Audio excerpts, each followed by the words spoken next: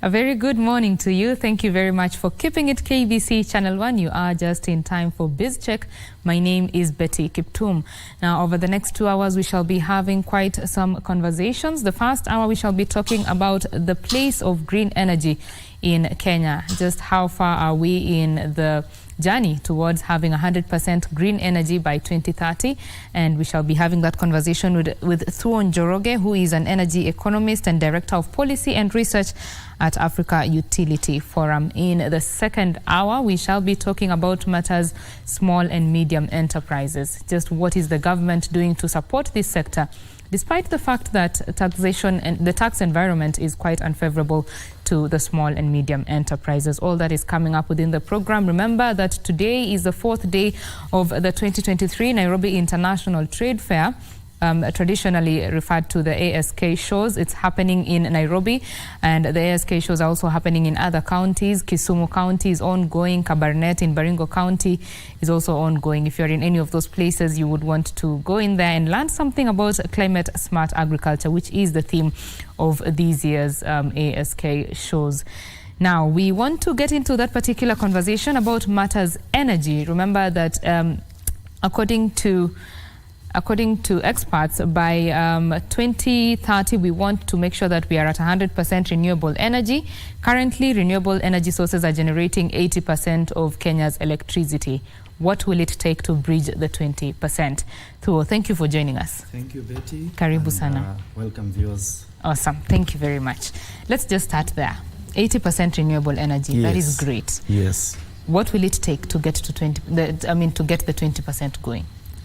So when you talk of electricity generation, let me begin from maybe that point for clarity and also understanding for the general population. Right. We are currently doing 92%. So what that means essentially is that our energy mix, which is what contributes to our grid electricity generation, constitute around 92%. The 7% comes from old and some kind of aged infrastructure, or rather technology, which we refer to as thermal. So I know you've interacted with this, Betty, from time to time, and there has been conversation about the relevance of having the 7%, which is expensive, and also which is somewhat not clean. Yes. So that in that context of generation, then you look at it from that point. In the context of the entire energy spectrum, which includes even that of cooking solutions, because remember, we have two facets, that one of generation and electricity, as well as now the cooking solutions. So that one we're still doing a bit badly. It's around 28%. A good number of our population still are dependent on what we refer to as biomass. What that essentially means is that Wanjiko out there is using wood, is using kerosene to some extent, is using charcoal, is using, those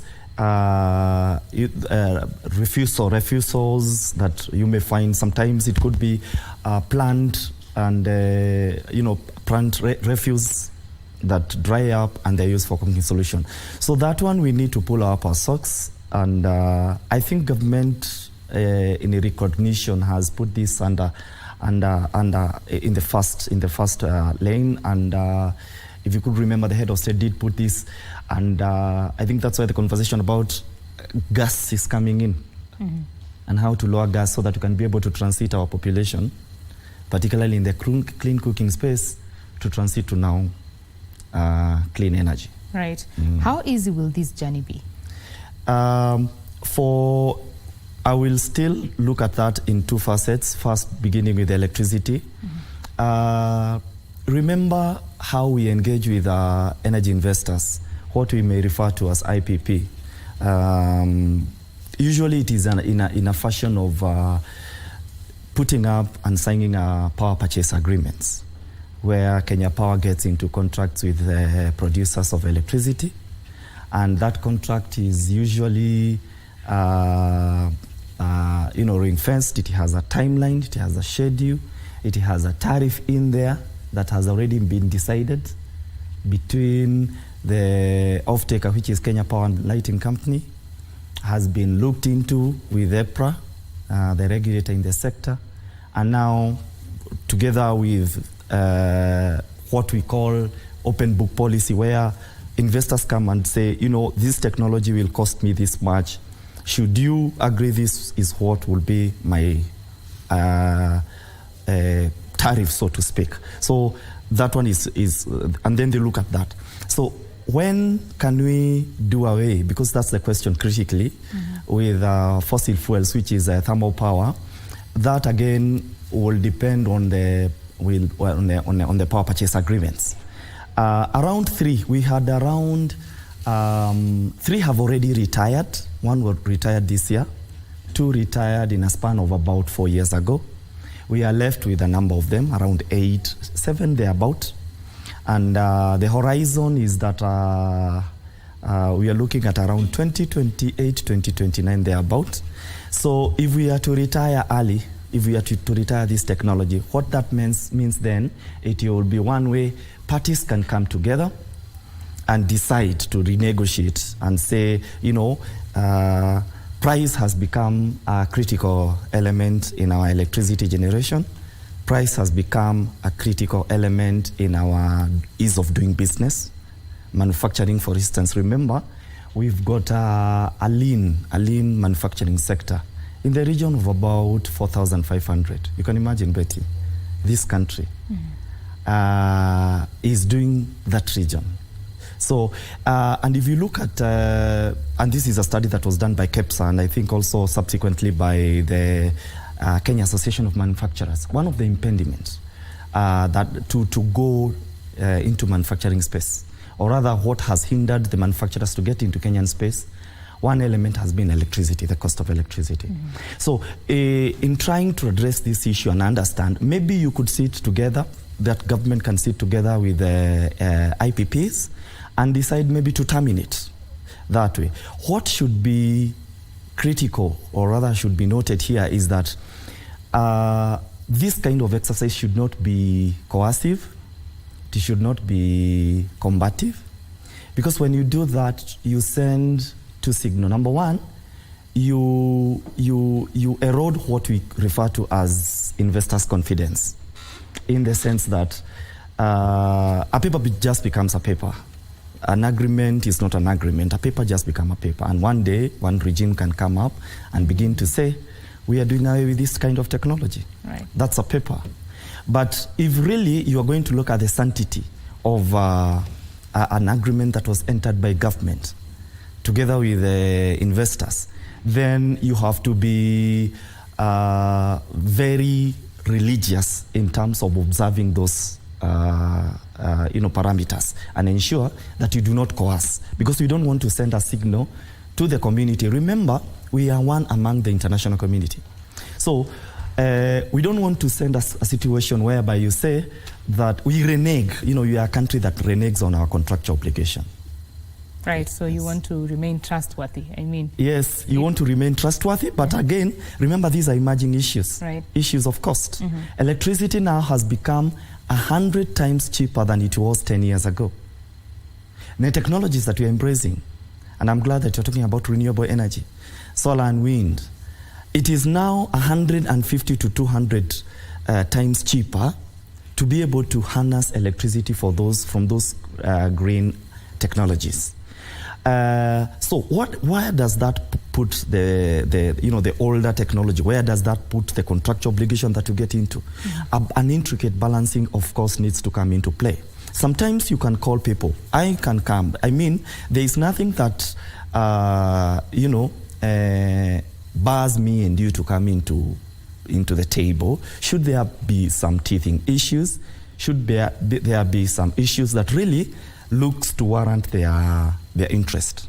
But I will say that is easy to me.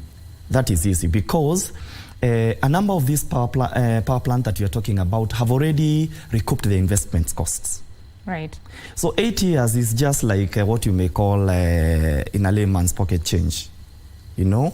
So so clearly, even from the perspective, investors' perspective, you've taken care of their concerns, which is if they had borrowed money to put up those technologies, then you've taken care of those because already they have repaid if they had gotten into some kind of arrangement with financial institutions. Right. So what to me is critical, and this has happened into this country for the longest time, is the issue of rent seeking. Because the reason why, and you remember there has been task force one after the other. I happened to appear before the previous regime, the task force that was put in place by the previous regime, the presidential task force on electric power purchase agreement and review and renegotiate and something like that. And what clearly comes out here, when we engaged with members of the task force, is the issue of rent seeking. People are holding to their interest dearly, you know. So how now you deal with that, I don't know. Every regime, I think, has an envelope of how they're doing. We are looking forward to, I'm hopeful because I know the head of state is very clear about the issues of cost, number one, of electricity. Number two, the issue of having a clean energy ecosystem. Let me touch slightly on the clean cooking because we are looking at that. It will take some good time. I'm optimistic also. I don't want to prescribe and say that time frame is going to be 3 years, 4 years, or something like that. But it will take some time because we will need to address the issue of culture. Our people still use biomass because of culture. If you go today, Betty, in Nyamakema, or maybe in a good butcher that you know of, how likely is you to take nyamachoma that is made by gas? Sorry? How likely is you to take nyamachoma that is prepared by gas? Highly unlikely. Our people know Githeri as good. Okay, just allow me to interrupt you a little bit. We need to fix a technical issue. We will take a quick break right here. When we come back, this conversation continues. Do stay with us.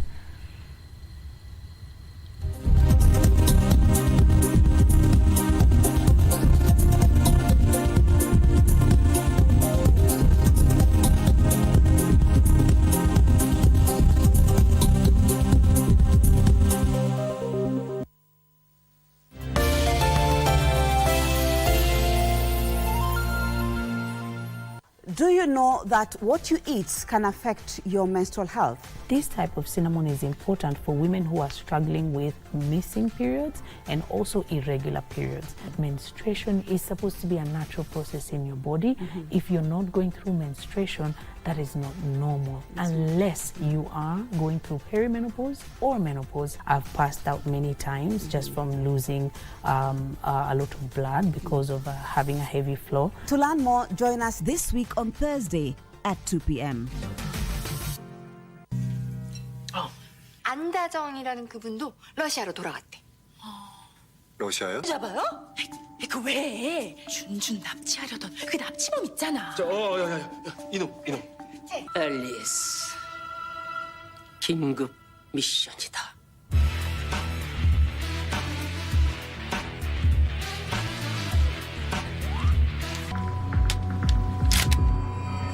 Stop! Expose!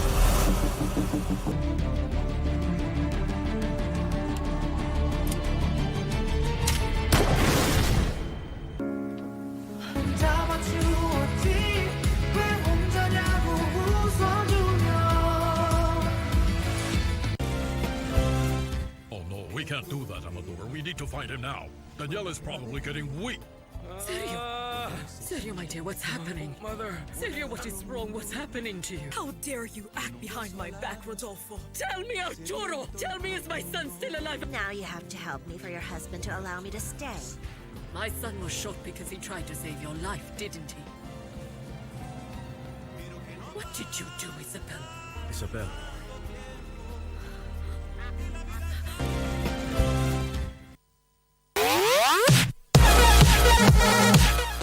These are the moments we live for every Friday as we catch up with the world of football.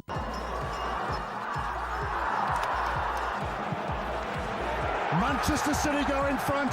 With your favorite stars in rivalries like no other that keeps you on the edge of your seat. Learn a few tricks that keep you ahead of the game and spice it all with unforgettable moments on Dunda Dunda.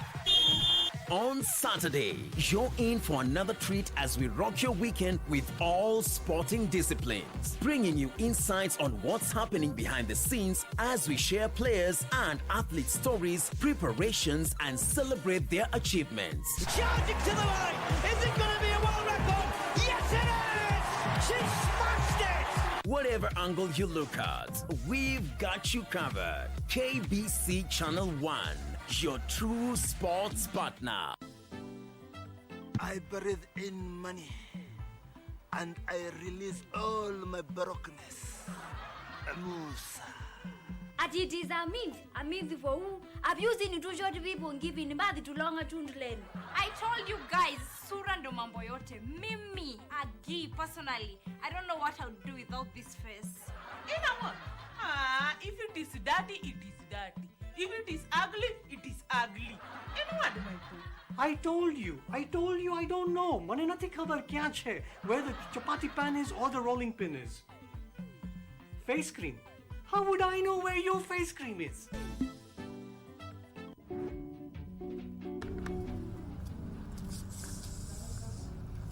Na unajua kwa hiyo kujifanya ukuwe nyeupe ni upumbavu.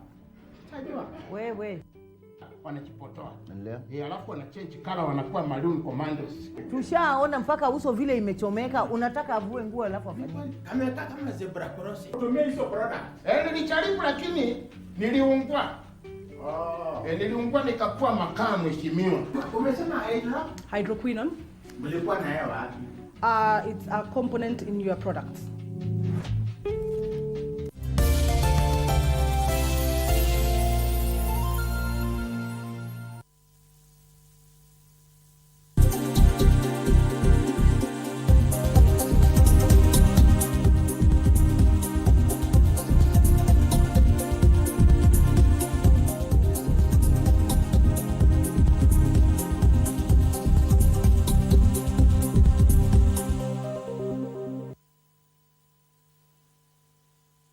Thank you for watching KBC Channel 1. You are watching BizCheck, and we are having a conversation about green energy, the journey towards 100% renewable energy by 2030. In studio, Suon Njoroge, an energy economist and director of policy and research at Africa Utility Forum, is with me. Thuo, before we took that break, you were talking to us about cooking, yes. Clean cooking. Please go ahead. So yes, and we were saying that the transition may take some time because of a number of imperatives, which is, number one, we are African in nature, and as being Africans, there is the way we know, there is the way we prepare our meals, there is the way we prepare our food. Yes. And I was giving you example of nyama choma, or maybe an example back home of what we call as githeri. A people pay high premium to githeri that is prepared by charcoal. Or kuni. Or kuni. Yes. And to even a greater extent, a pot made, So when you come with pressure cooker, there has been, that's not an original, I think that's a Nairobi githeri. Similarly, nyama choma is prepared better. I mean, people would pay high premium to nyama choma that is prepared on charcoal or kuni as well. So we will need to work on, or rather architecture, the issue of culture and mindset of our population. But it is not a hard thing to do, because now we have an imperative. We have a requirement to transit to what we refer to as a low carbon economy, which is we are no longer going to use fossil fuels or fuels that are dirty in nature.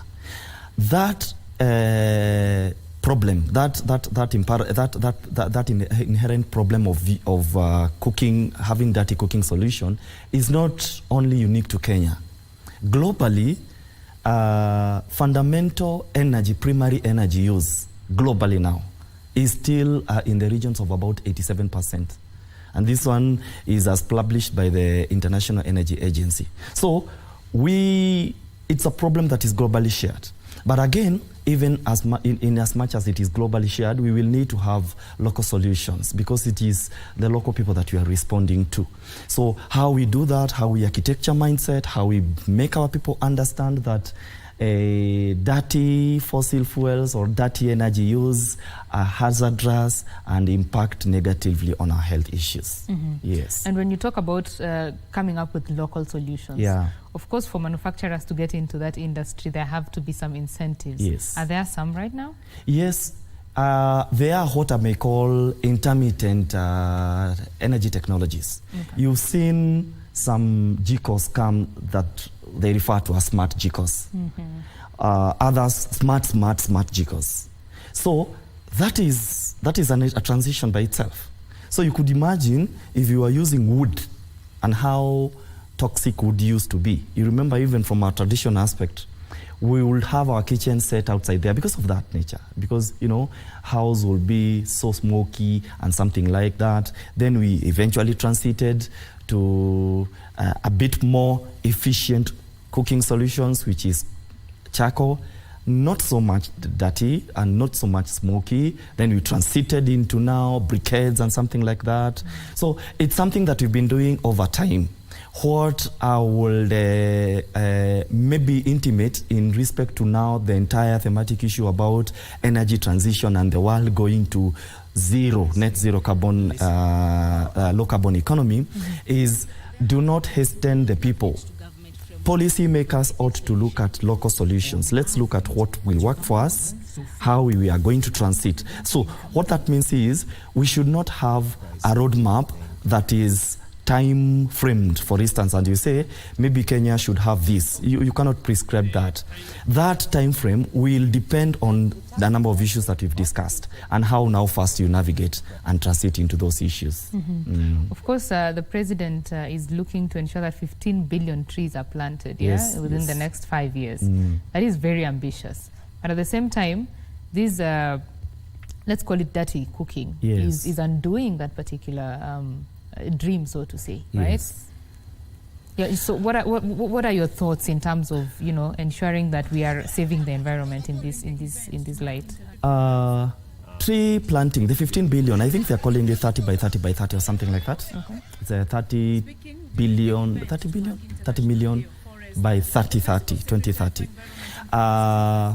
Is an encouraging initiative and an encouraging endeavor. Of course, that one, if you look at now decarbonizing the entire economy, you're looking at very many facets. You're looking at planting tree, we are looking at reducing electricity use and primary use of dirty fuels, all those aspects. So what government is doing here in respect particularly to now the use of planting trees is to attack that from that angle. Equally doing every other thing, like we've said now, and I don't know where that puts our traditionally oil producing. You remember we had some discoveries made in Turkana and something like that.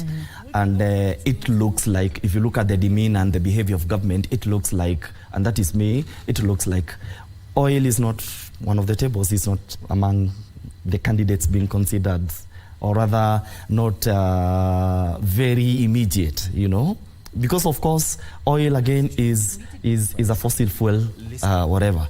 But you could see a lot of concerted effort around clean energy, around geothermal, around EVs. Remember our transport, in as much as we have so little in terms of our entire contribution of emissions as Africa. Around in the region of about 3% on energy, but holistically around 12%.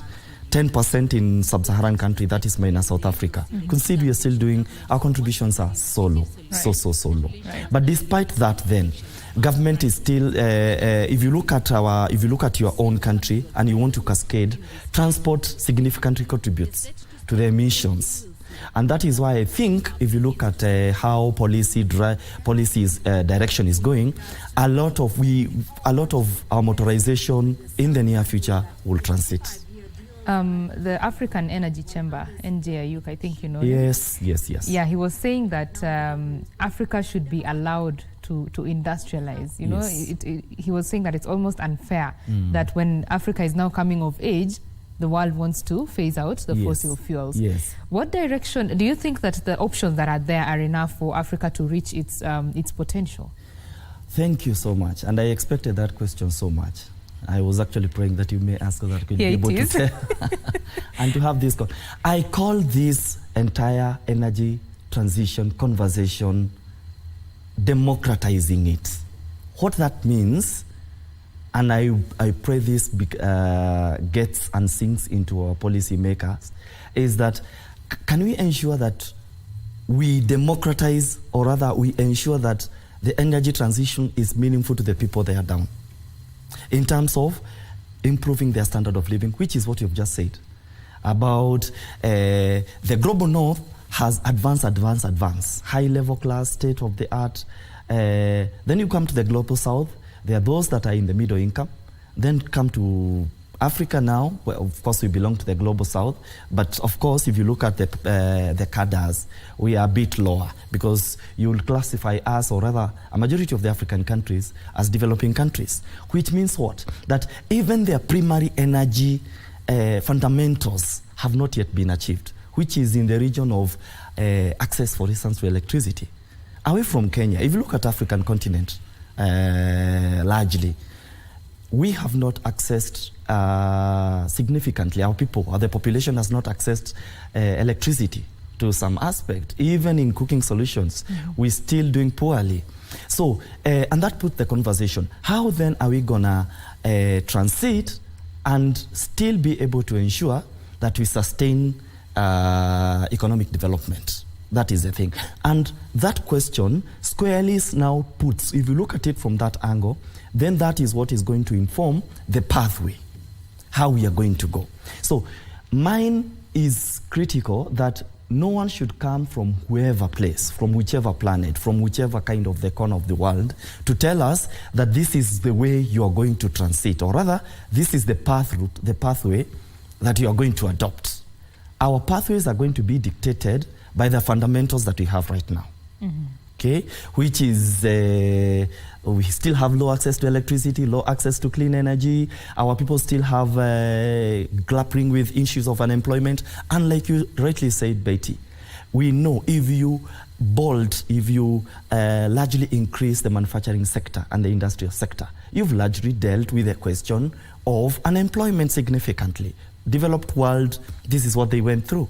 And so on and so forth. So mine is that let's ensure and that our pathways are Afrocentric, so to speak. They are Kenyan-based. They resonate with Wanjiko down there. That is what I call democratizing the solutions and the pathway towards energy transition. Very important. There is a concern that with the West looking to ban fossil fuel powered vehicles by 2030, 2035, like the UK. Yes. There's a concern that there will be a major dump in Africa, of those vehicles. And Africa is also trying to move to electric vehicles. How will we achieve a balance here?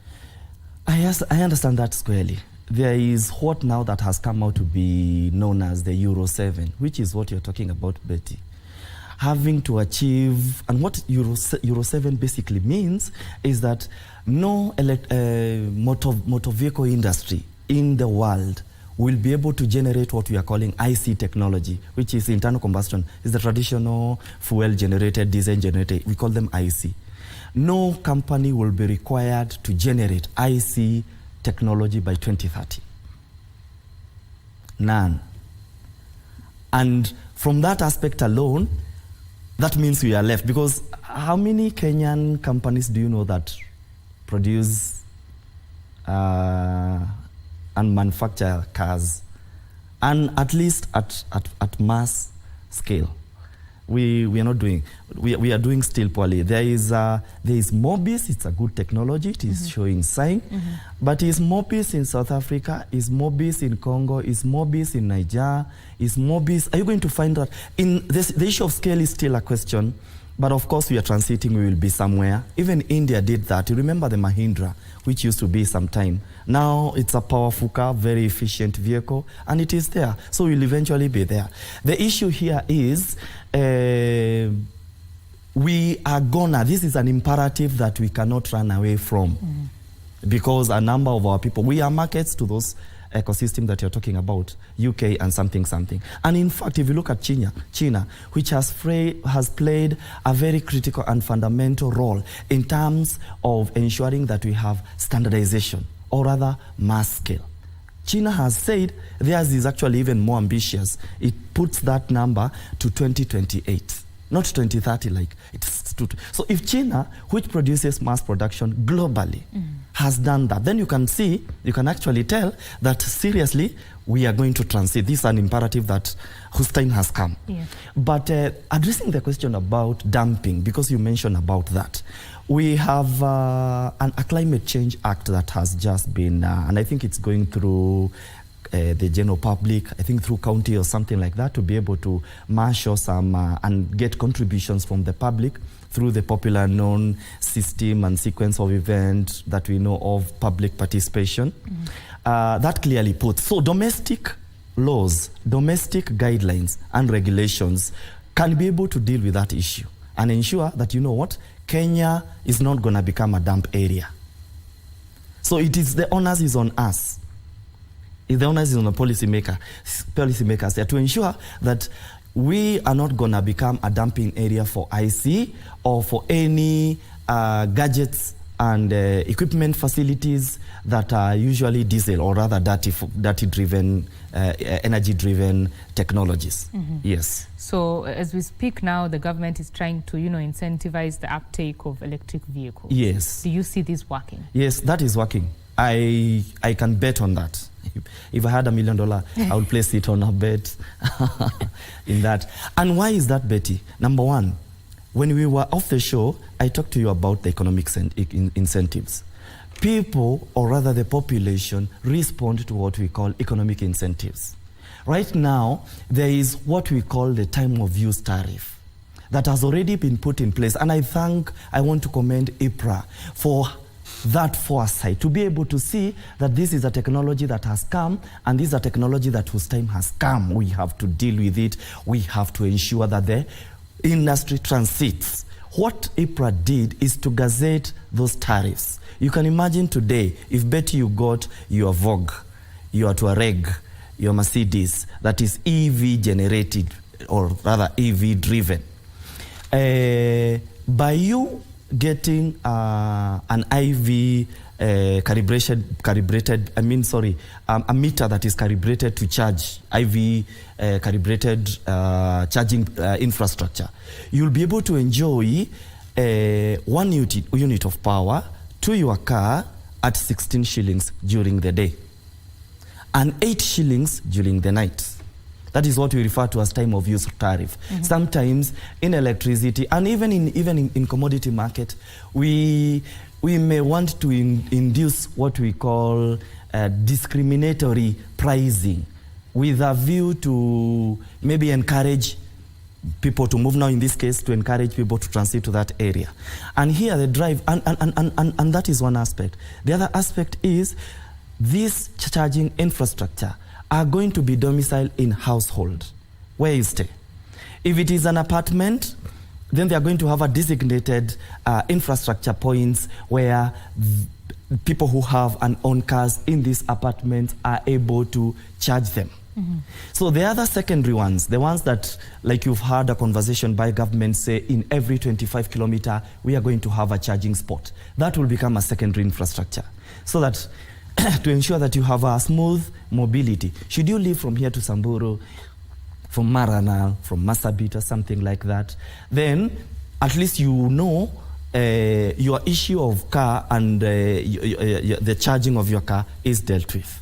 So that transition is going to be, I give this country 3 years. By 2025, Betty, a lot of our motorizations, a lot of what we acquire every year, if you look at NCSA, we get in the region of about 400,000 vehicles every year.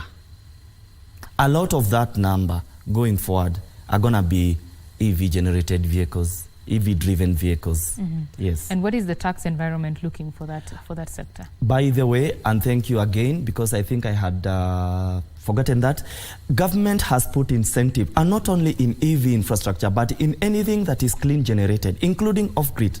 People who want to put solar and standalone, that is solar generated, those things come in the 2023 Financial Act.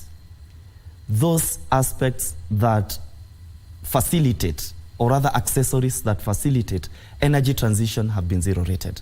So again, the issue of responding to economic incentive here comes into play. And we see our people coming, navigating towards that. There has been a question, and that's a perception issue from the market, that people have been saying, the general population has been saying, that EV-driven vehicles are not as powerful, durable as IC-driven cars. That is not right. If you look at Australia today, Betty, and even US, and even Canada, a lot of prime movers, you know that a prime mover carries containers and those very heavy So those ones, a lot of those ones are now EV generated. Look at what Elon Musk is producing right now. Ship to the dock, a lot of those mobility infrastructure are now EV driven. So the question about durability, performance does not arise at all. The only issue that has been there is the issue of battery and the issue of durability of what we refer to as endurance of your car. Should you charge? What is the endurance? Or rather, the degree to which, the period through which you will go with the charge in which you've charged. That has been an issue. Because sometimes some experts argue that time is too short. If you look at borders like we know them, motorcycles, they're going in the region. So when you swipe, that charge can take you in a region of about 80 kilometers, depending on the load. If you subject it to more load, then that durability reduces. But there is hope. Why hope? Because a lot of, if you look at the trajectory in the industry, in the area of technological advancement, the horizon is very promising. Right now, researchers in the lab are working around coming up with a battery storage system that can even last a week. Can you imagine? And if you look at our phones, let me give you an analogy of our phones. Remember when we just had our smartphone? So you will buy a phone, and there are some phones that will bulge. So the battery has done something, and they will bulge, like bursting. Others, there are those others that have those challenges of bursting, challenges of overheating, challenges of those nature. We no longer have those challenges any longer.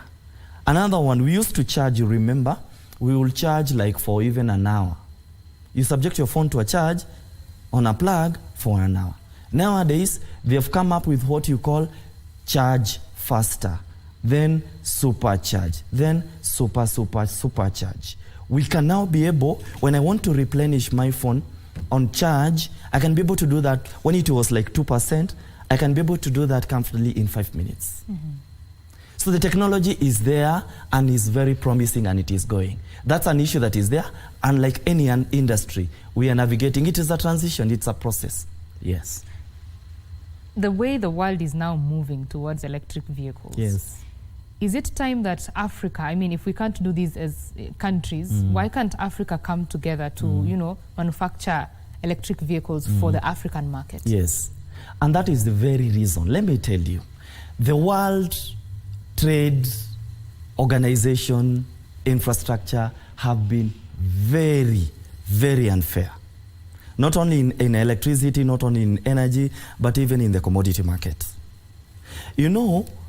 These countries, if you look at, so you want to sell, for instance, our African produce, which is agricultural based, for instance, they will give you, and you want to sell them in advanced economy, they will give you what they call quotas. They tell you, Betty, okay, you want to begin to sell coffee to us, you will sell it, but you can only sell to us 10 units or 1,000 units per year.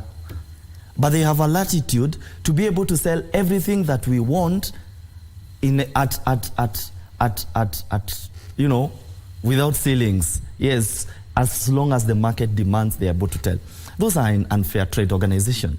And if you look, trade system, if you look at the conversation that the head of state passionately has driven, it's purely around that, not only the financial infrastructure and the architecturing of financial, it's purely even about the arrangement and the playing level field that African people require.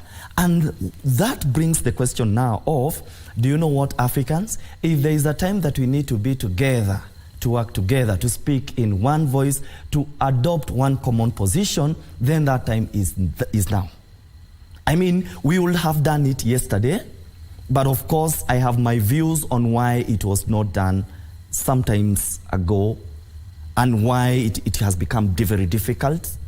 But the whole thing is, if there is a time that we need to speak as a bloc, as a one people, then that time is now. And I want to laud the African Union. Why? Because the African Union, in 2021, I think, they ratified what they call the Africa Continental Trade-Free Area. You remember the arrangement? Yes, to ensure that we are able to sell within ourselves, quota-free. We ensure that we are going to advance mobility of our people. So if Betty, you want to go to Ghana today or South Africa, there shouldn't be issues of visas and all these kinds of barriers and every other thing. You should transit anyway.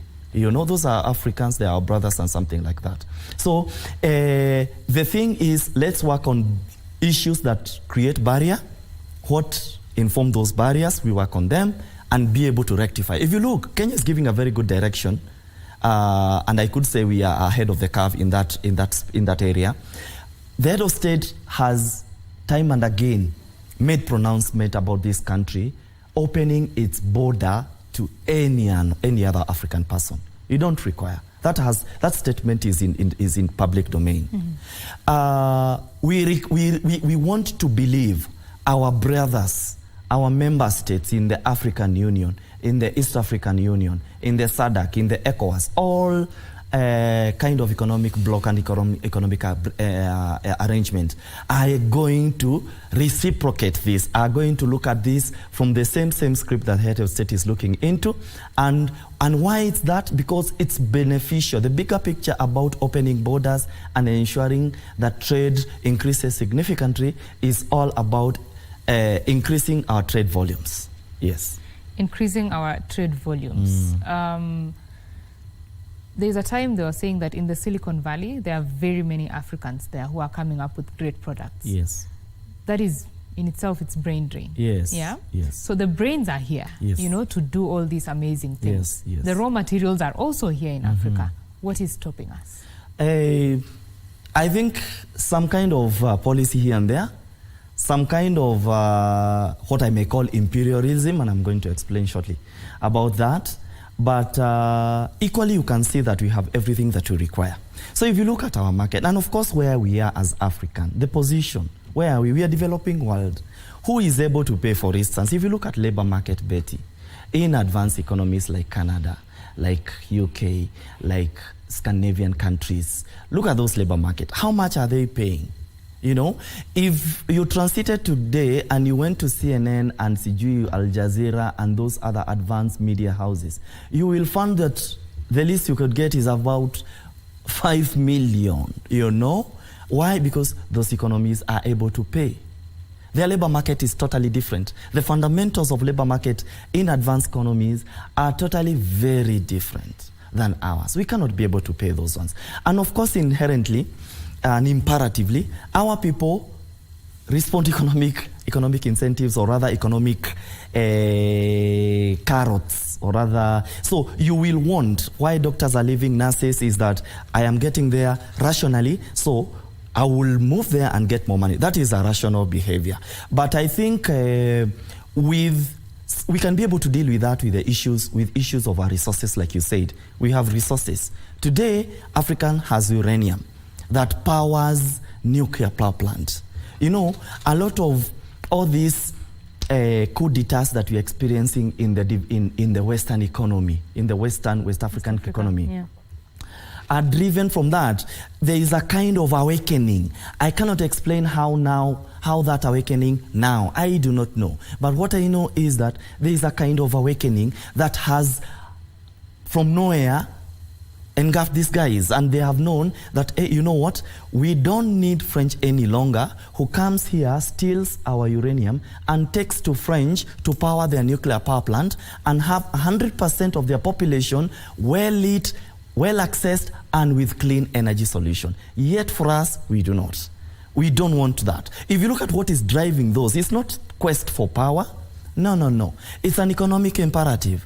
It's an issue of how does one take this at this price, at this much, and take it. You know, that is the economic imperialism that I'm talking about. It's the new form of imperialism. And even as we adopt the issue of carbon credit and also energy transition broadly, those are the things, Betty, that we will need to sit and say that even as we look to architecture and to have this market about carbon credit, how much is our carbon going to be?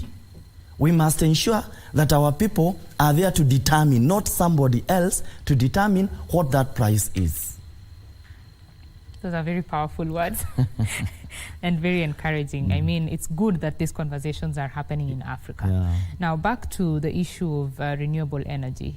Solar power, wind power, we are yet to fully exploit their potential, despite the fact that geographically we are positioned in a prime, we are in a prime position to, you know, produce solar energy. Why are we not exploiting them fully? Yes, I will tell you from an economic point of view. So in economics, we know there is this thing that we call demand and supply. Forces of invisible hands, demand and supply. That force informs how much of power we can uptake. Why is that? Because again, if you go and uptake, or rather generate more power than what we need, that cost of generating more power than what we need still comes back to your bills.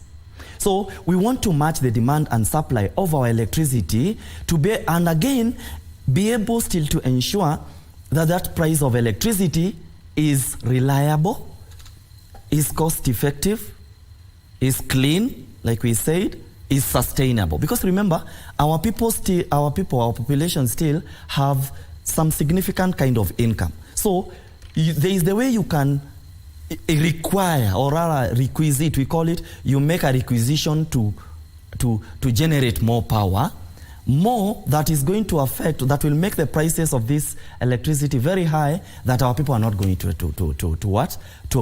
uptake, or rather to take, because of issues of prices again. So the thing here is that we want to ensure, but then you want to look also, what are the demands? Like I didn't mention to you earlier, still on this conversation, we said the number of manufacturing industry, heavy, up to I think light industry, not so much light, heavy, there are some, KPLC categorizes industrial levels depending on the nature, depending on their consumption of electricity. The number of those farms that are in that space are in the region of about 5,000 below. That is so low for a country that is looking to drive manufacturing. We need to do more, ensure more policies towards, you know, we bring more uptake of manufacturing and industry so that they can be able to drive, you know. And those are the key things. Those are the key people, or rather the key, what you may call anchor demand, if you may say, in issues of uptake of power. So if you look at a company like Mabati Rolling Mills, those ones could do, a single farm can do an electricity consumption of about even 10 megawatts alone. You know how much Nyeri consumes, the entire Nyeri? It's less than 67 megawatts. We are saying Mabati Rolling Mills, sijui Bamburi Cement, sijui East African Breweries, although for them I think they have adopted clean cooking, whatever. Those ones, 3 of them can be able to power an entire district. Eldoret, as you see, like you know it, is less than 50 megawatts. It's a city. I think there is a concerted effort to ensure that that place become a city. What you're trying to say here is, in as much as we have building, very well lit, very well big, whatever, the issue about energy uptake is about industrializations. Those industries are not available in Kenya. And we need to do more to ensure that we have more and more and more of manufacturing and industrial plants in the country, so that they inform more uptake, and therefore they will be able to take. Like you said, geothermal, for instance, our current potential is around 12,000 megawatts. Some studies have said, like World Bank, I think, that we are in the region of 10,000 megawatts. We are still grappling at around 3,000 megawatts. So you can see we have a playing level free. We still have a lot of space to play about. If you look at wind and solar in Kenya, and I want to refer to this to a study by Solar, it's called Solar and Wind Energy Resource Assessment. They put that region to around 8,000 megawatts. We are still doing solar 40. In Garissa, I only know of one solar power plant, I think. The others are not commissioned as yet.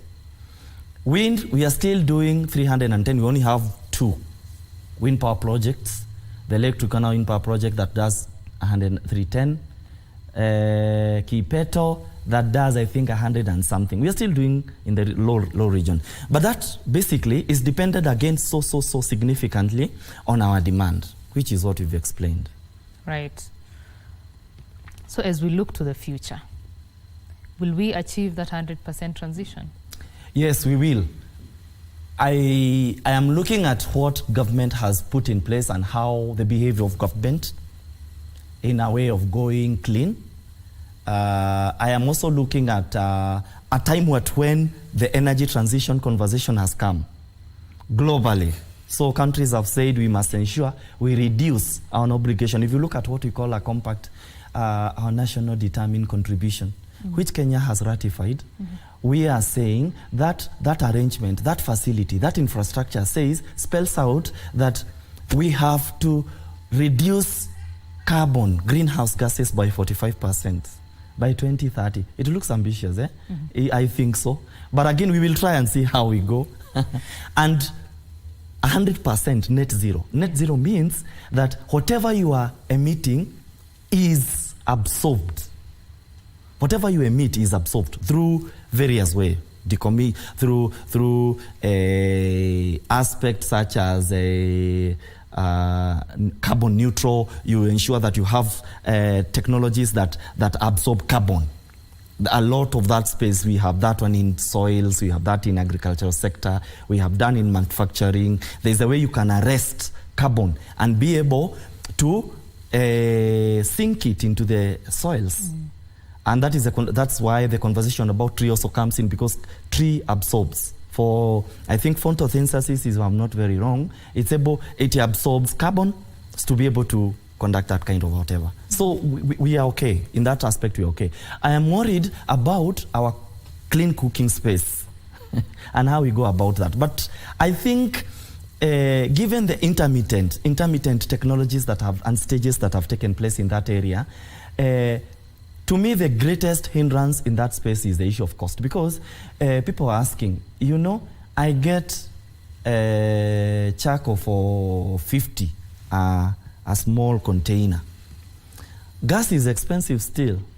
So I think also there is the way industry needs to come into play to be able to ensure, how do we ensure that somebody can be able to replenish gas of this content and pay this content? Industry has to deal with that question. Right. Yes. So that you have enough gas for maybe a meal or two. Yes. Right. Because that's the income that our people are getting. Yeah. Wow. That is, of course, there are very many steps that have to be taken for us to get there. Yes. Right. So maybe in a minute or two, I'll give you time to give us your closing remarks as we close the conversation. Thank you, Betty. First, I want to thank you for having me here once more. The other aspect is that I am very optimistic of the horizon, the future of not only Kenya. We are better with this journey began like 20 years ago, when the former head of state by the name of Mwai Kibaki sometimes actualized a lot of uptake of electricity and ensuring that our people were connected to the grid. That was again enhanced by the former head of state, who equally accelerated that endeavor to the regions of about 7 million now connectivity. Again, that this head of state is passionate about green and clean and environment. That again, I see a serious uptake towards that. So mine is to, my only worry is one, about pathways through which African countries are gonna take. That pathway to me should not be prescriptive, in the sense that should not come from West, where it should come from how our context, our market context look like, and what is it that we can be able to change in our market context, whether that is culture, whether that is price, whether that is policy, whatever that is. Let the drive and the pathway to the pathway be driven by our people. Be driven by our people. Solutions for the local people. Yes. Awesome. Thank you very much for speaking with us. Thank you, Betty. Awesome. I have been speaking with Thuo Njoroge Daniel. He's an energy economist and director of policy and research at Africa Utility Forum. We have talked a lot about Kenya's journey towards 100% renewable energy. Where is solar and where is wind power, and why about 9,000 megawatts potential of geothermal energy has yet to be exploited. Thank you very much, Thuo Njoroge, for that. We want to take a quick break. When we come back, we shall be having the conversation about small and medium enterprises, their position in Kenya's economy, and what needs to be done to ensure that the SME sector thrives. Do stay with Channel One.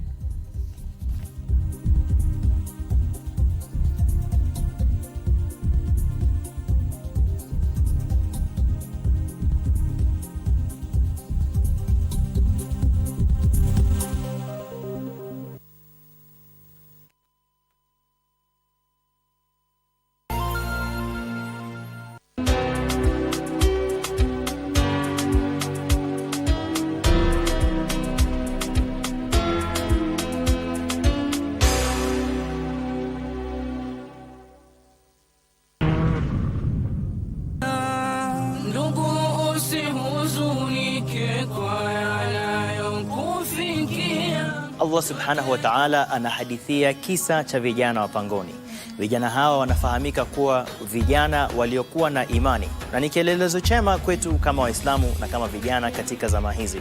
Wakati wa ujana sio wakati wa upumbavu, sio wakati wa mchezo. Kitu ambacho kwamba tunatakiwa tukifanye ni kumwamini Allah tabaraka wa taala. I'm calling you ya Rabbana, I'm calling you. Kuna biashara nataka kuanza. Vile mimi naonaga wewe una bidii. Ukipata mtu yote vile nataka kuinvest uniletee. Budget hiyo biashara ni pesa ngapi? Biashara yangu haini hiyo kizungu nyingi. Tuna deal na boss, na deal na kila kitu. Ukitaka ndege, ukitaka train, wewe niambie. Ile kitu ulikuwa unaangalia kwa title deed, uliona mambo ya shamba ni complicated father. Shindwa kabisa, shindwe. Amekuja kutusalimia. Wewe na nani? Kama hutaki kusalimika usisalimike. I'm giving you 2 minutes. Then you leave. Sawa mheshimiwa.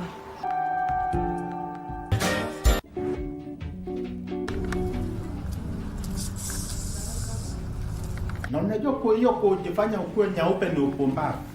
Unajua? Wewe wanajipotoa. Alafu wana change color wanakuwa maroon commandos. Tushaona mpaka uso vile imechomeka, unataka avue nguo alafu afanye. Ameweka kama zebra cross. Tumia hizo product. Nilijaribu lakini niliungua. Niliungua nikakuwa makaa mheshimiwa. Umesema hydroquinone? Mlikuwa na hewa wapi? It's a component in your products. KBC brings you children's programs at its very best. From preschoolers to the teens, featuring the very best of untapped talents, showcasing arts and crafts, music and poetry. We bring you the latest animations and teach the children how to do it. Can you read the word with Happy Hippo? Join us every Saturday from 7 a.m. and weekdays in the late afternoons as we bring you entertaining children programming on KBC Channel 1.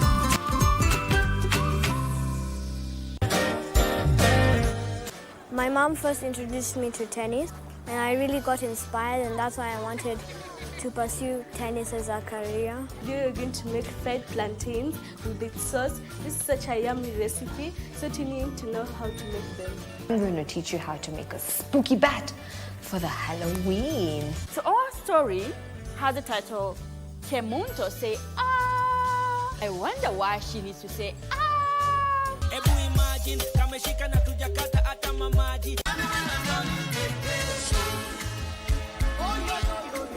We're just having a conversation and listening to this amazing testimony.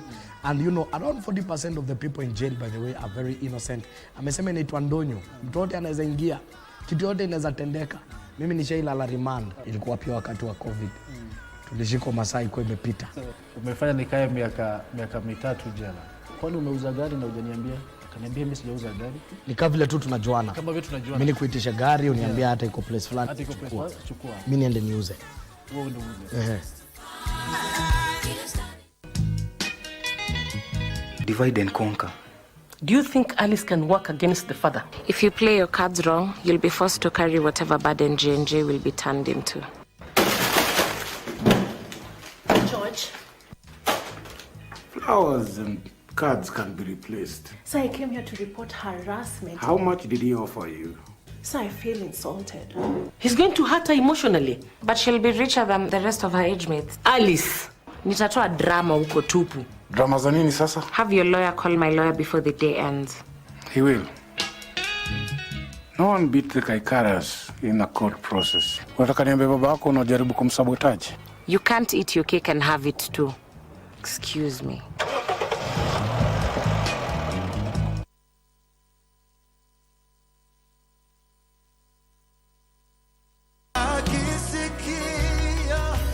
Music can be magical.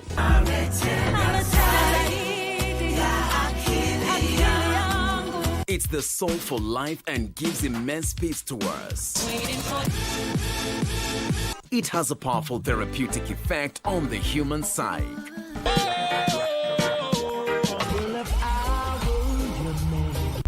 Whether secular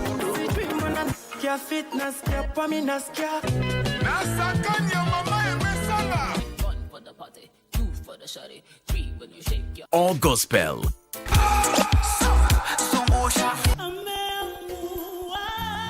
There's a song for everyone, every occasion, and every emotion. God bless you. Nasema hivi, naona siku hizi kazi za secretary zimehamia majumbani. Wamaanisha nini? Yaani imefikia mahali wewe uandeka mimi kwa voicemail. Kila ingekuja simu mteja, ulikuwa utarajia mimi fanye nini? Songe ngoja tu unajua nitakuja ofisini tuongea. Wewe ulitaka kuua mtu kwa kumjeruhi kwanza. Nyanyuka kanenda. Wewe uko na madharau sana wewe. Unacheka nini sasa? Unakula space ya bure hapo. Nenda katoe kiviti chako nenda.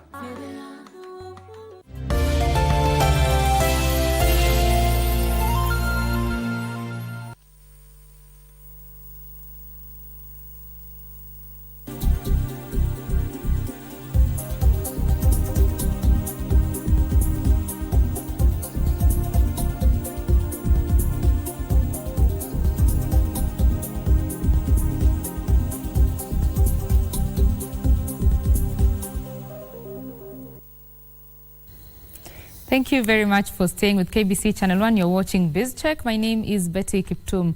Now, the Nairobi Trade Fair, the International Trade Fair, is ongoing in Nairobi. ASK shows across the country are also ongoing, Kisumu, as well as Kabarnet in Baringo. And the theme of these ASK shows is Climate Smart Agriculture. And our very own Alan Aoko filed a report on just what climate smart farming looks like. Please take a look. We're at the City of Champions here in Eldoret, Osingishu County. We will not showcase athletics. We will showcase the most inspiring stories from the tech side in agri-tech. Take a look. Official government statistics obtained from the 2019 Kenya National Population Census indicates that the age of the average farmer in Kenya is 60 years. It is these statistics that led innovators to wonder how they could not only rope in young Kenyans into farming, but also contribute positively to Kenya's agriculture sector.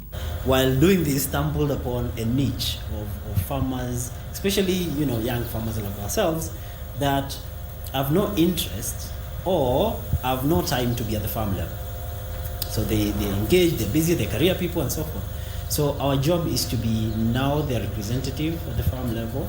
Meet Stephen Mwongela, the managing director at Plus Farm, a homegrown digital farm management platform in Kenya. He says platforms like his began from the constant call for support by farmers at a personal level, which by chance has carved out a unique niche. How then does the technology work to attract new and current farmers? A farmer can be able to keep the records of everything from land propagation all the way to the market and extract profit and loss accounts, as well as extract activity report. So you can be able to tell all the agrochemicals that you applied, and obviously this will lead to the conversation about traceability and a farmer being able to tell, okay, am I doing business or am I doing something else that's not clear? Headquartered in Eldoret Town, Uasin Gishu County, the Plus Farms platform is aided by a consistent barrage of real-time data recorded by extension and field officers on the ground, busy monitoring systems as they visit farms in Kenya's food-growing regions. Innovators say it is one of the ways of properly commercializing farms for farmers and minimizing risks. Say there's Plus Farm on one end, then you have the farm owner on the other end, who is probably in Nairobi or in Helsinki or in London or in Finland or thereabout. And then you have the farm manager, who's at the farm level. So all these people need to be in the same circle of information flow. The app allows us to be able to allow this without necessarily lifting our phones and calling each other. It's not as agriculture as usual. We see it as an investment. So for any youth, okay, so if they have some money, they have some land, they want to invest in it. Agriculture is key to Kenya's economy, contributing 33% of the gross domestic product and another 27% of GDP indirectly through linkages with other sectors. This indicating the vital role of technology in energizing the sector. To that end, innovators have a clarion call to stakeholders. Farmers need to view their farms as enterprises, even register them, okay, and let professionals run these farms for them, and then there are more links that come. A call to all the young people in this country to find ways in how they can participate in agriculture. And they do not necessarily need to go to the farm and farm, because whether you're a doctor, a teacher, or whatever you are, you can invest in agriculture through companies like ourselves, and then we will promote those projects you have, those investments you have at home, whether it's at home or other places. And we can create a country that produces sufficiently for itself and for exports. The Kenyan agricultural sector is said to employ more than 40% of the total population and more than 70% of Kenya's rural people, thanks to digital farming. You therefore have no excuse to remain at home or at the office saying that you cannot go and tend to your farm, because young technopreneurs are proving to you that technology has come to save you the hustle and bustle of the farm. Alan Auko, Tech One.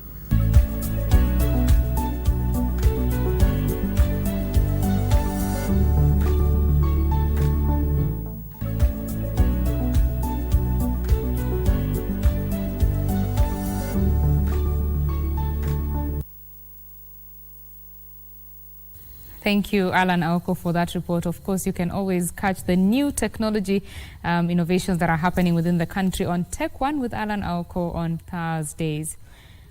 We now want to move over to Bomas of Kenya, where the bipartisan talks between the UDA and the Azimio team are ongoing. Co-chair Kimani Ichung'wah was speaking a little bit earlier. Let's listen into what is going on at the bipartisan talks.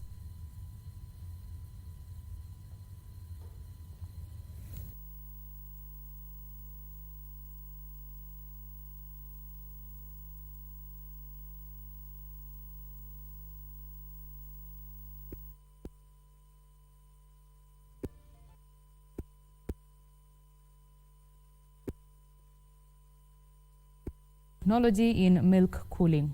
Let's take a look at that.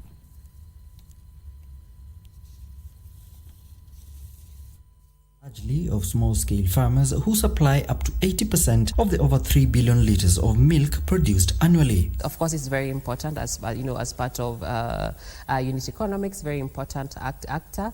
However, the biggest gap that has been existing, getting milk from the farm gate, this is where the main pain is at. This is where we will map quality control. This is where we will identify this farmer with the volumes they produce. By engaging innovators like Emastela Gakuo and Percy Lemtuke from Savannah Circuit Technologies, farmers are being empowered by technology. The duo have developed solar-powered portable chillers that help keep milk fresh for longer. We conducted 2 successful pilots after our production of our first prototypes. There was very good feedback from value chains, different actors like the dairy cooperatives, dairy hubs, and even the smallholder farmers across the country. So with that, we've been able to scale this solution, set up a whole facility. The innovation has now assisted over 22,000 smallholder farmers transport millions of liters of milk safely. Headquartered in a workshop in the outskirts of Nairobi County, mobile milk chillers, each over 100-liter capacity, are engineered, with the workshop equipped to fast-track clients' orders and requests. How are these devices developed? On the end of hardware, that's where we have custom capacity milk chillers that you can place on any means of transportation. So these chillers are an autonomous unit, solar-powered with power backup, that are efficiently able to pre-cool milk by lowering it from around 32 degrees all the way to 7 degrees. So that's what we call pre-chilling. After that, and that happens on transit, so where farmers are able to, we are able to form aggregation points. So from these aggregation points, this is where we interact with the farmers at first point. The technology is not only providing farmers with the much-needed convenience of tracking the movement of milk, but also conserves the environment, as farmers will no longer need to use charcoal for milk preservation. However, the technology requires awareness campaigns. So we need to train them on how to handle milk, which is not part of what we do. We are manufacturers of dairy equipment. Yeah, but we do that because, one, we want them to understand the problem they have. The two innovators now hope the innovation will trigger better milk earnings for farmers. Alanauko, Tech One.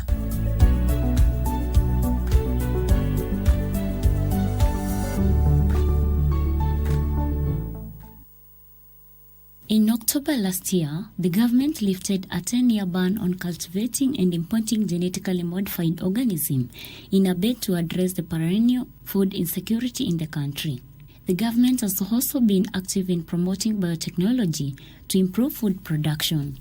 Biotechnology has a space, and the farmers are ready to adapt modern agricultural technologies because the climate change is real, and if we are not going to adapt the agricultural new technologies, we cannot be able to feed the growing population of the Republic.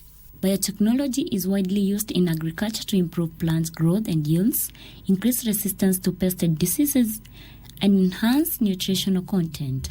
Speaking during the Biotechnology Farmers Forum, Dr. Paul Chege, a biotech expert, said the adoption of biotech crops will help farmers reduce the cost of production and increase yields in the long run. That we can reduce the number of chemicals that we apply, and at the same time improve our yield. That is, we produce more with less resources. Dr. Chege says the government should ignore the misinformation peddled by anti-GMO crusaders. Every scientist that is applying biotechnology, that is applying genome editing, is required to comply with the biosafety law as they develop the biotechnology products. BT cotton farmers from Busia also appealed to the government to review the prices of cotton to encourage farmers to embrace the crop for the revival of the granaries. Kwa hivyo mimi ombi langu kwa serikali ni kwamba hao watu ambao wanahusika, wanasayansi ambao wanahusika na mambo ya teknoloji, waweze kuwa supported, waruhusiwe, waweze kuwa supported ili watusaidie sisi watu ambao tunalima kule hapa mashinani. The National Biosafety Authority says Kenya has already approved 58 GMO projects, 40 for the contained use in the laboratory or greenhouse, 15 for confined field trials, and 3 for environmental release or commercial cultivation. Edna Murungi. We want to take you to Bomas of Kenya, where the bipartisan talks are ongoing between UDA and Azimio. Let's listen in to what is happening at the Bomas.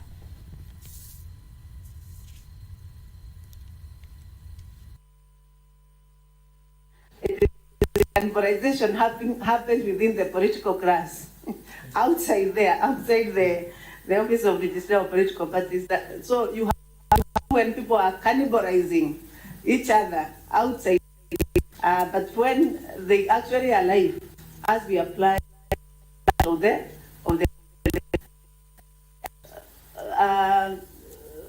hold politics by the neck, because politics must happen. Become and regulate individual behaviors and how people want to come together. However, we have an obligation as an institution what the party, and you can see we are saying we need commitment and political class to follow their own policies and the political parties. Sometimes, even when so much has been done, you realize what the parties are telling you to do as the registrar of political parties it is not even in their constitution, or it's not even in the political parties act. They are taking you to a direction, and then you are attacked when you actually do not go that direction. Commitment is to the law, your own party constitution, and also the requirement of the political.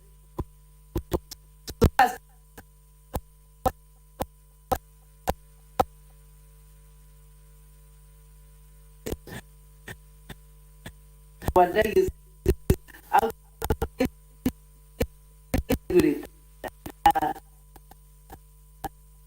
from a political point of view,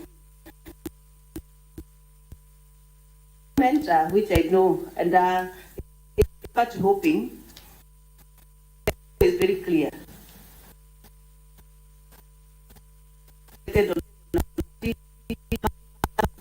If you want to regulations and laws on how to another, or from one coalition to another. You tell us to another, we tell you this is what you agreed at the coalition level. So if you don't fulfill the requirement of that coalition, then we tell you you have not moved. Then we require you to do what you are required to do. Then we allow you to move from one coalition to another, or from one party to another. The other issue I want to comment before I give friends to finish up is the issue of the electoral system that we are proposing. What is it? Number one, we have seen during this presentation Kenyans coming and saying we want to even create more counties because we feel in the counties that we are in, we are underrepresented. So what this is going to cure, to make party list based, and we can elaborate that further, it means those people who have not been able to be elected, they have no, for example. So they will never actually fight their way to, because they are not constitute a constituency. Then it means using party list to do regional list.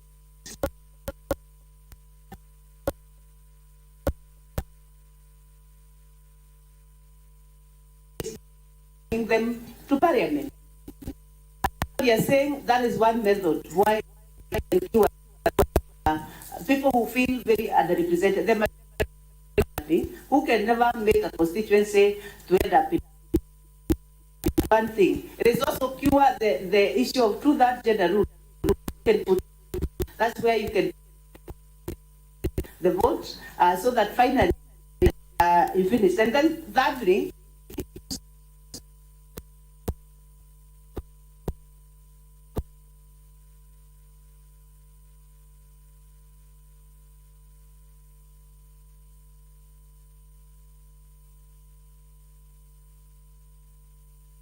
that. We will try to fix that link and bring you that story in a little bit. BizCheck will take a quick break now. When we come back, more news and conversations. Stay with us.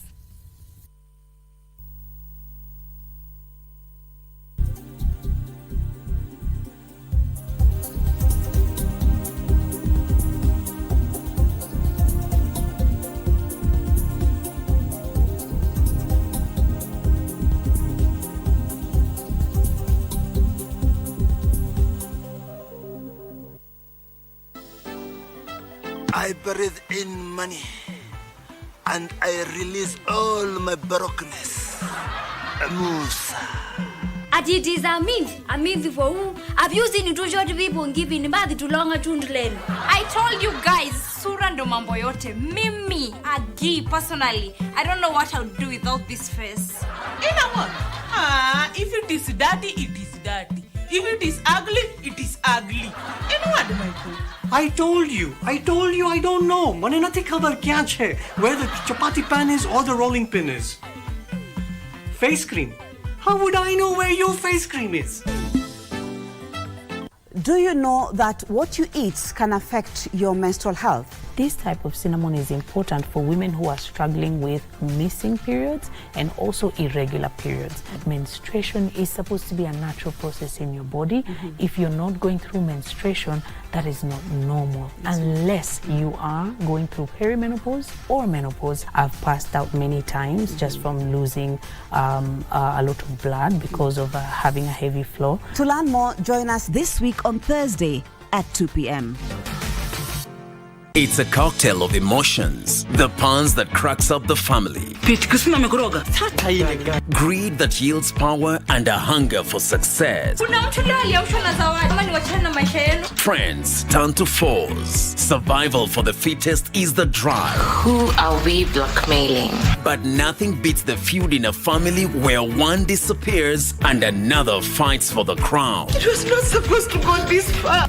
It's the desire to succeed that keeps us going, the deception that keeps us digging, and the laughter pill that keeps us living. Divide and conquer. Do you think Alice can work against the father? If you play your cards wrong, you'll be forced to carry whatever burden J&J will be turned into. George. Flowers and cards can be replaced. So I came here to report harassment. How much did he offer you? So I feel insulted. He's going to hurt her emotionally. But she'll be richer than the rest of her age mates. Alice. Nitatoa drama huko tupu. Drama za nini sasa? Have your lawyer call my lawyer before the day ends. He will. No one beat the Kaikaras in a court process. Unataka niambie baba yako unajaribu kumsabotage? You can't eat your cake and have it too. Excuse me.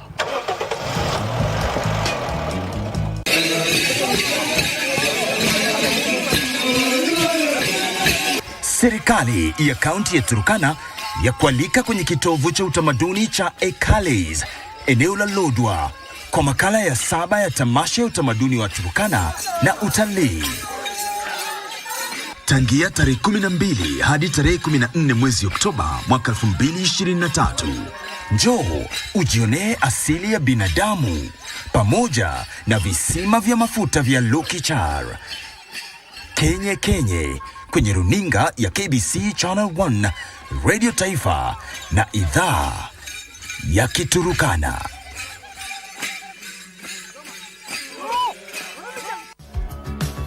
Kwa mara nyingine katika sentri G wanasema senjie.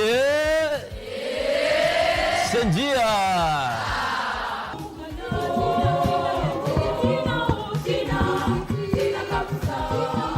Swali kwao ni, je, wamepanda pantosha ili kuvuna pantisha? Kivazi safi valia, wala usifanye hofu, na viatu kujivia, uvae kikamilifu. Zitaje changamoto mbili za matumizi ya fasihi simulizi. Athari ya lugha mama ina nini? Baadhi ya kabila zingine hutatanisha baina ya tha na dha, ama la na ra. Ameangukia mbuzi. Tuna mbuzi, mnyama, na mbuzi ya kwanza itakuwa mnyama. Ngeli gani? Ngeli ya awa. Mbuzi wa pili ni mbuzi, kifaa cha kukunia nazi.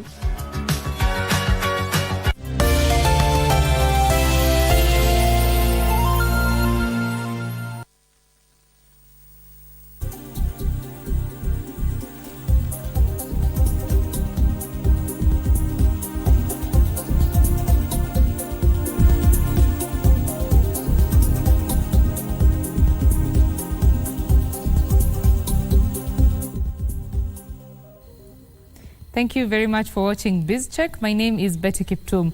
Now we want to get into the second conversation of this particular program, and we want to talk about matters small and medium enterprises, a very important sector in Kenya's economy. Actually, it's the backbone of Kenya's economy, employing over 80% of the working population. And just what is the government doing to ensure that this sector thrives? To have this conversation is the Principal Secretary in charge of small and medium enterprises, that is Susan Mangeni. Thank you very much for joining me. Thank you very much, Betty, also for calling me to this show. Awesome. Karibu sana. So just give us where you are at in terms of supporting MSMEs.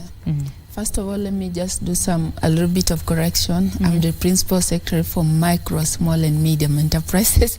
I just want to make sure that you do not forget about the micro. Yes. The micro is very much important because that's what defines our economy. That's the reality that we have. Most of our businesses are micro. So what is the government doing? First and foremost, government has placed a renewed focus on MSME sector, and this is in recognition of the critical and the significant contribution that this sector makes to economy. As you have ably put it, the sector contributes about 40% to our GDP, and nearly close to 90% of all jobs are from the sector. We know we can do better. We can do better if we crowd in enablers towards that sector and build their capacity, ensure that we unlock their access to credit, because that has been one of the barrier, and then also access to market, especially sustainable market, and other support including digitalization, commercial infrastructure. So the Kenyan government, as I said, has a renewed focus on it, and if you look at the plan, which is pretty much the same as the manifesto of the Kenya Kwanza government, you see that MSME sector is one of the key 5 pillars. These are the pillars that, of course, in addition to agriculture, health, digital economy, and affordable housing. So MSME, transformation of MSME sector has been given a very huge spotlight there. Why? Because, like I said earlier, is that this is the sector which is holding our economy. And how are we doing this? For the first time since independence, we are having a state department. Now, the one which I manage, that focuses on the MSME growth and development. And by trying to make sure that we put together interventions which are going to build their capacity, and for us to build our capacity, we have to increase their visibility. One of the challenges we've been having in this sector is that nobody knows where they are because of the high informality. But now, with this test department, you're putting together an ecosystem and trying to create some sort of harmonization and aligning all the players.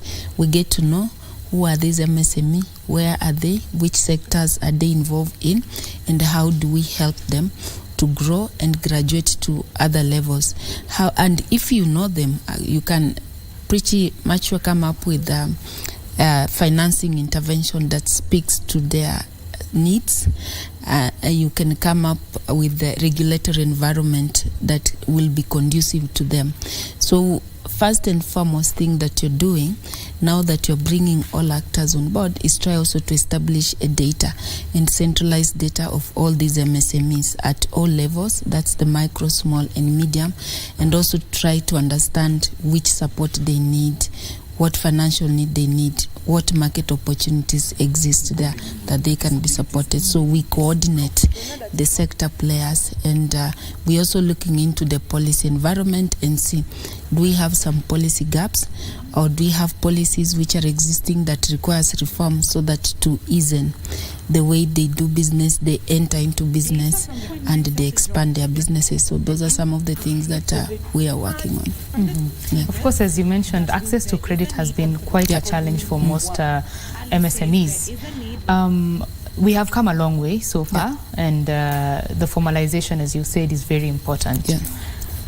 Is there more that is being done to ensure that they are accessing more credit, and that is maybe targeted to different industries? Yes, a lot is being done. A lot is being done to unlock access to credit.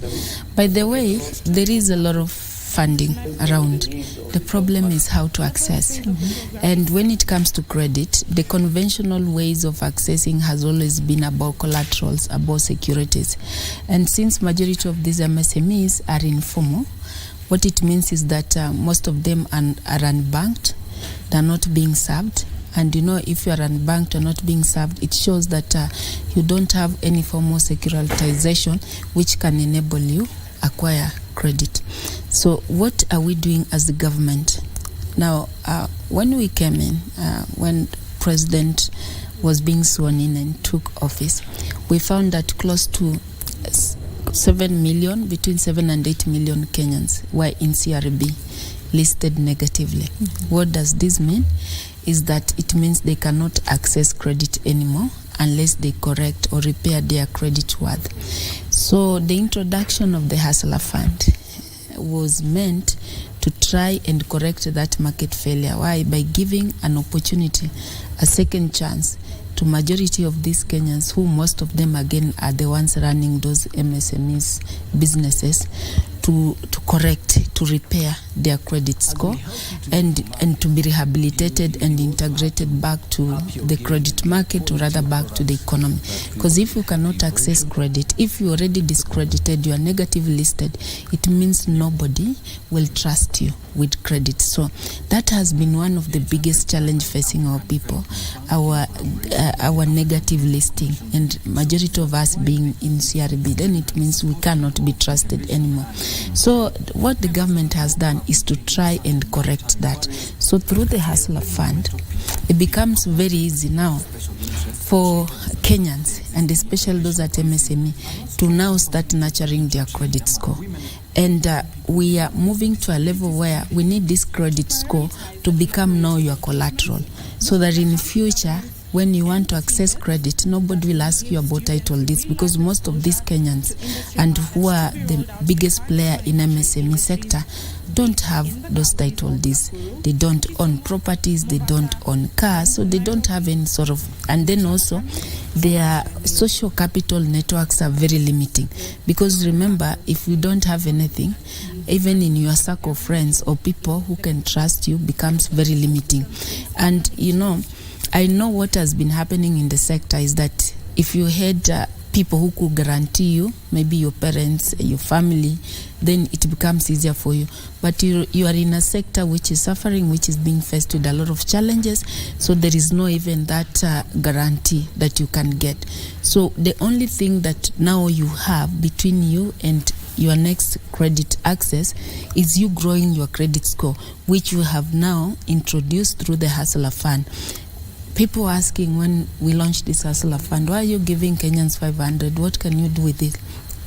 This 500 is to help you grow your credit score, which is going to become now your collateral. Because if you can be trusted with 500 shilling, you can actually be trusted also with 1 million or 2 million or even 10 million. So we're introducing a new form of collateral in form of the credit score to help them unlock access. And the good thing is that as we implement the Hustler Fund, we're also working with the private sector. We are working with the banks, which are already commercial banks, and the ones who are now helping us achieve this. So meaning in the next level, when these Hustler Fund beneficiaries, who majority of them are Kenyans, because all, I can say, majority adult Kenyan population have already been served, because we are talking about 22 million Kenyans of the 18 years plus age, meaning the 3/4 of the Kenyans adults are already being reached out, have an opportunity now to build an alternative collateral that will enable them access. So it's just coming up, nurturing a culture of good behavior where you can borrow, repay good credit behavior, and making sure that now that credit score becomes your title deed, becomes your logbook, and will help you unlock access to financing. It is a very, it's commendable that the government is coming up with the funds to make sure that these SMEs are accessing credit. But considering that the SMEs are the backbone of the economy, there's a very tricky balance in terms of accessing taxes from this industry. According to the Institute of Social Accountability, they say that an SME has to pay 12 taxes and or levies, to the government, and there could be an element of double taxation, because why are you paying 12 taxes? Why not just, put them into one and pay the government? Of course, that can be commented on by tax experts. But how do you ensure that the taxation, the tax regime is not killing, the backbone of Kenya's economy? We are looking at the policy environment and all regulatory framework. We have embarked on the review.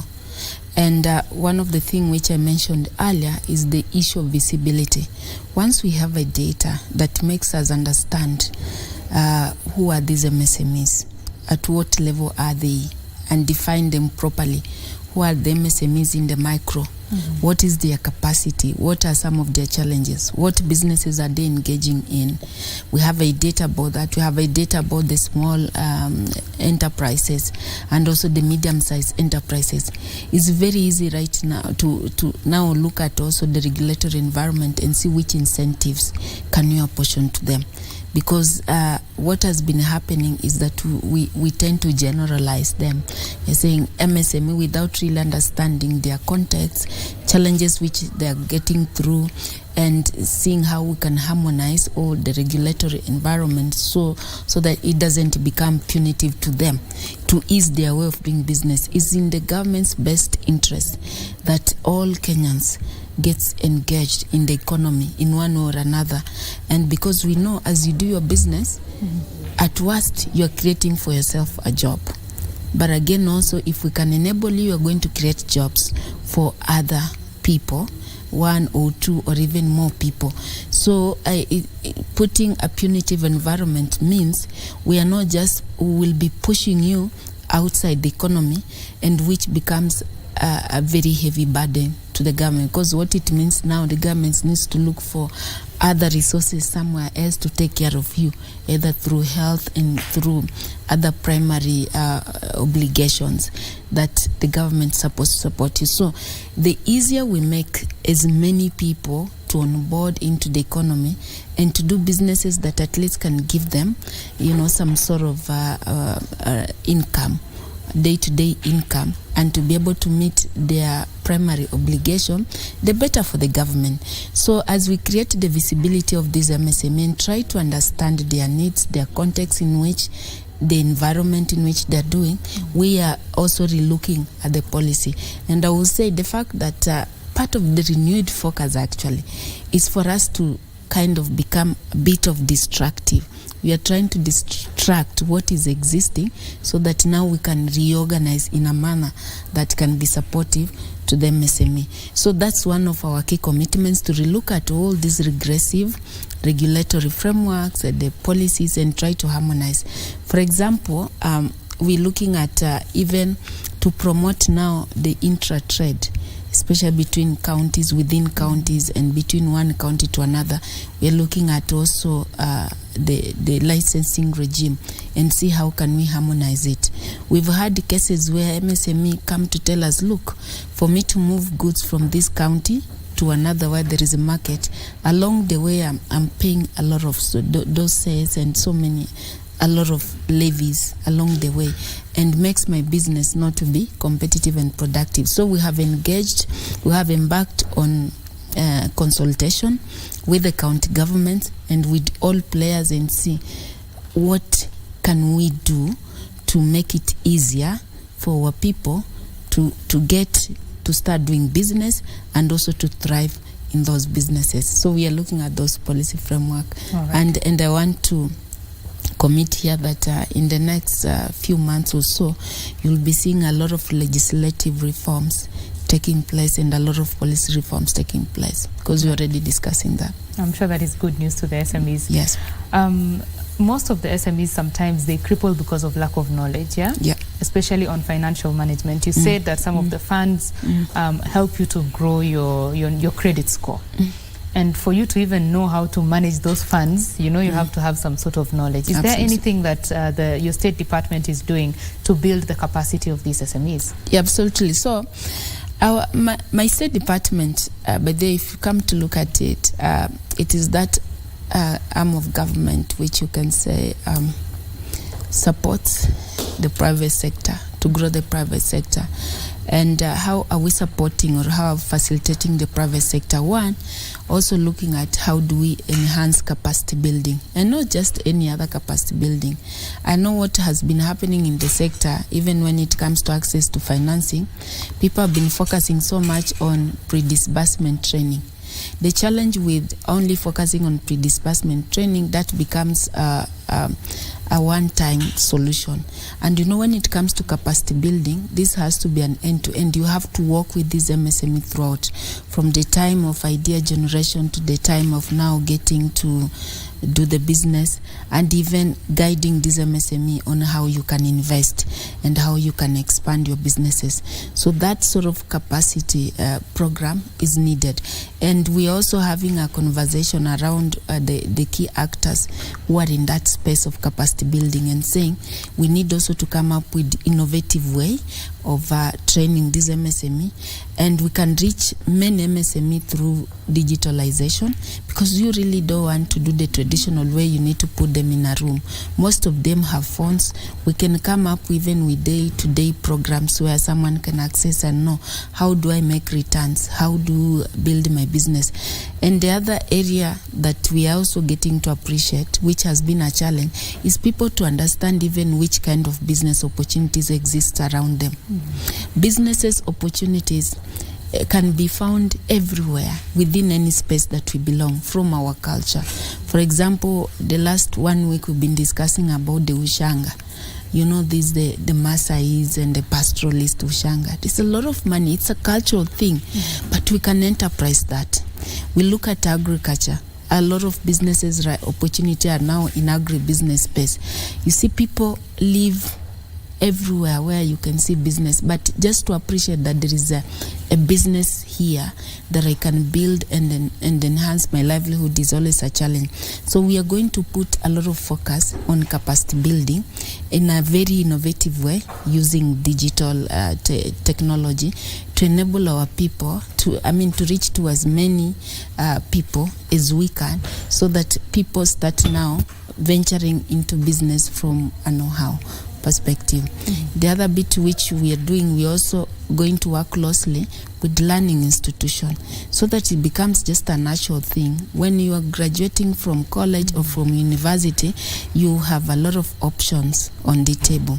If you do not get absorbed to the job market immediately, you can create your own job, but you need to have certain skills that can enable you get into business. You need to know which registrations, which regulations are there. So these are going to become like very core skills that you need as a young person, for example, so that when you come outside there, you're able to make use of your knowledge and enterprise whichever space that you are in. So capacity building, we put a lot of focus on it. Right. Earlier on, you mentioned the issue of market access. Yeah. The president has been very supportive of the African Continental Free Trade Area, and which is going to open up the African market, of course, to Kenyan businesses and other businesses across the continent. What is the sector doing to ensure that we are ready to take up this opportunity? Yeah, so market readiness also, it's very important in this ecosystem. And again, for us even to encourage people to do business, they have to do it from a market perspective. We work out the market, we develop the market, and then from there now, these other issues can follow. I tend to believe that the greatest barrier, much as people talk about financing in business, is never about financing, but it's about the market readiness, and that market has to be sustainable. So we have a lot of opportunities around us, even locally. You see, the government right now is focused on establishing county aggregation and industrial parks. What that means to MSME, that's a market. That is now an enhanced market for them to access. So you look at what are the value chains around there, you map out the opportunities, then you start investing in those opportunities. But again, we've said, before people will wait, if you are to look for resources, people will ask you about the business plan. So you sit wherever you sit and you expect these MSMEs to come up with a business plan, expecting that they know even the business opportunity that exists around them. We have realized that's not going to work because we are focused on making sure that this becomes a livelihood issue, that doing business is you creating your own job, you're creating jobs for other people, you'll grow economy, but the most important thing is that this is giving you income. We are now deliberately going outside there and to help our people appreciate where the opportunities is by organizing them in entities through cooperatives. So we are encouraging cooperative formations around certain key priority value chain. So the government has done is that we have flagged out key priority value chains, which in the next 5 years we are going to focus on, and that talks about the market. When you flag out a value chain, it means that's what has got the ready market. So we are talking about the dairy value chain, we are talking about the leather value chain, we are talking about edible oil, we are talking about rice production, huge market exists there. We are talking about coffee in terms of value addition, tea value addition, housing and construction. You saw we've been pushing around the affordable housing. Already, that's a market. So all these projects that you see when the president going to launch and really speaking about the affordable housing, the county aggregation and industrial park, it points to a market readiness. So what we need to do is to come to work backwards and start now organizing around there. If you come from this county, because the KIPs are going to be in each and every county, so you can organize around. If it's a county where unique value chains, let's say, is edible oil, start now thinking about business enterprise or rather business ideas around that space, because it means now you have a market around you. So we have identified opportunity, we have mapped out opportunities. We're also investing in the market infrastructure. So it's just a linkage to build the capacity of MSMEs, to organize them in groups, to aggregate them in cooperative, to give them bargaining power, to even raise volumes. Because also if you're going to have a sustainable market, then you must be able also to deliver, to raise enough volumes, which will make off-taker to depend on you. We meet a lot of off-takers, especially through the Kenya Association of Manufacturers, who are telling us, look, we have a huge market for export in terms of edible oil and these products.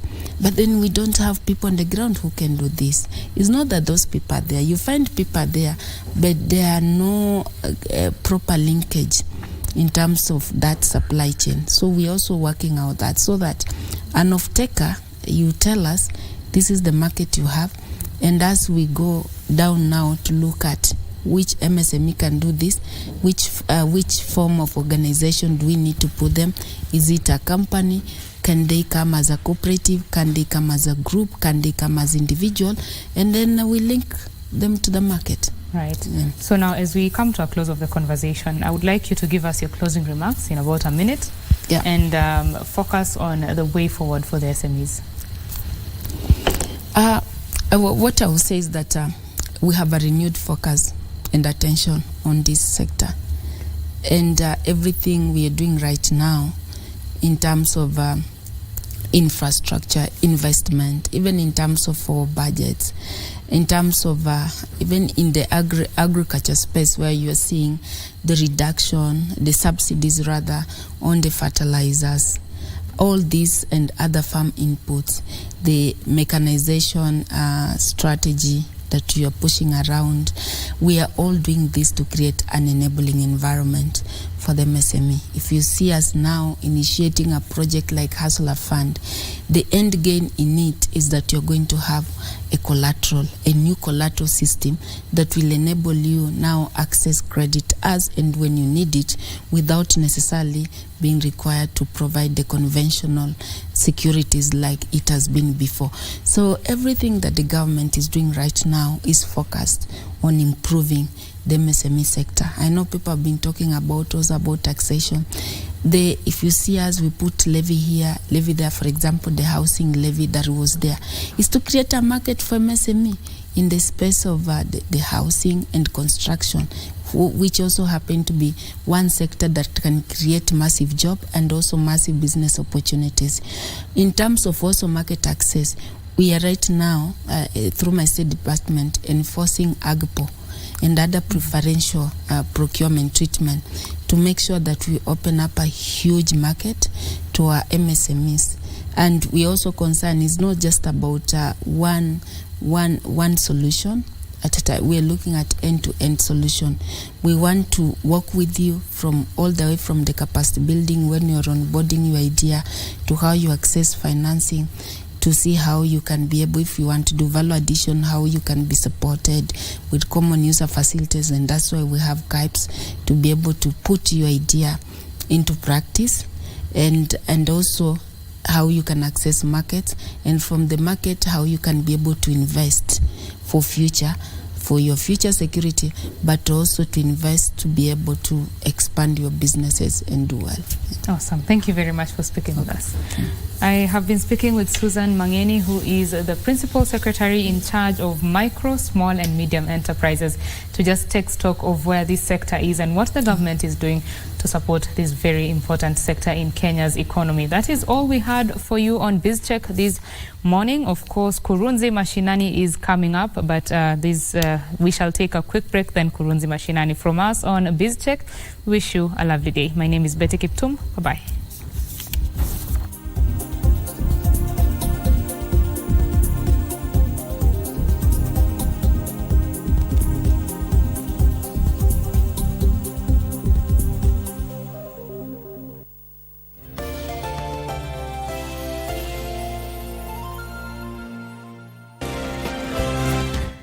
We can't do that, Amador. We need to find him now. Danielle is probably getting weak. Sergio, my dear, what's happening? Mother. Sergio, what is wrong? What's happening to you? How dare you act behind my back, Rodolfo? Tell me, Arturo! Tell me, is my son still alive?